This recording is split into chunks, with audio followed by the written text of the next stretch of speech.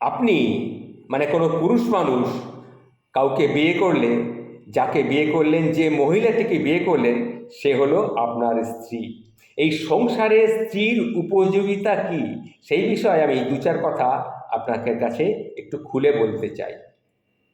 আপনাকে মানসিক তৃপ্তি দেয় কে? আপনার স্ত্রী। আপনাকে শারীরিক তৃপ্তি দেয় কে? আপনার স্ত্রী। আপনাকে রান্না করে খাওয়ায় কে? আপনার স্ত্রী।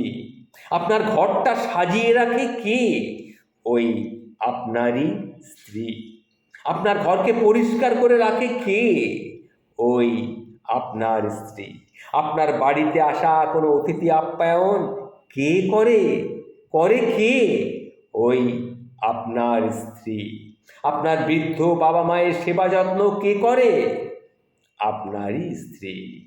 আপনার বাবাকে হতে সাহায্য করেছে, আপনাকে বাবা হতে সাহায্য করেছে কে? ওই আপনারই স্ত্রী।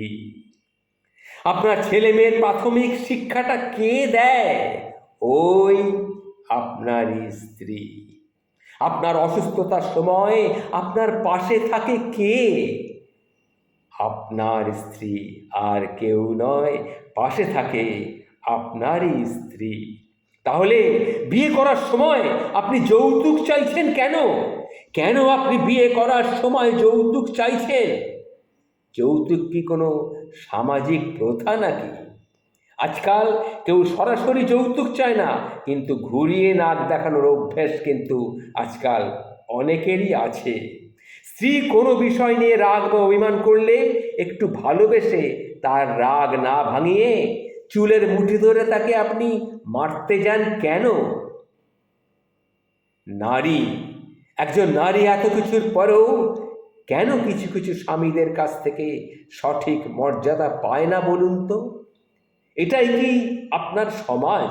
এটাই কি আমাদের সমাজ?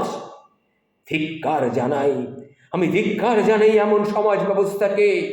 কি এই যে কথাগুলি আমি বলছি, এর কি কোনো উত্তর আপনার জানা আছে? তাই বারবার বলছি, এখনো সতর্ক হন, এখনো সময় আছে, এখনো সতর্ক হন। আর আপনার স্ত্রীর সাথে একটু ভালো ব্যবহার করুন। দেখবেন এই সংসারটা, এই সমাজটা, এই পৃথিবীটা কত সুন্দর।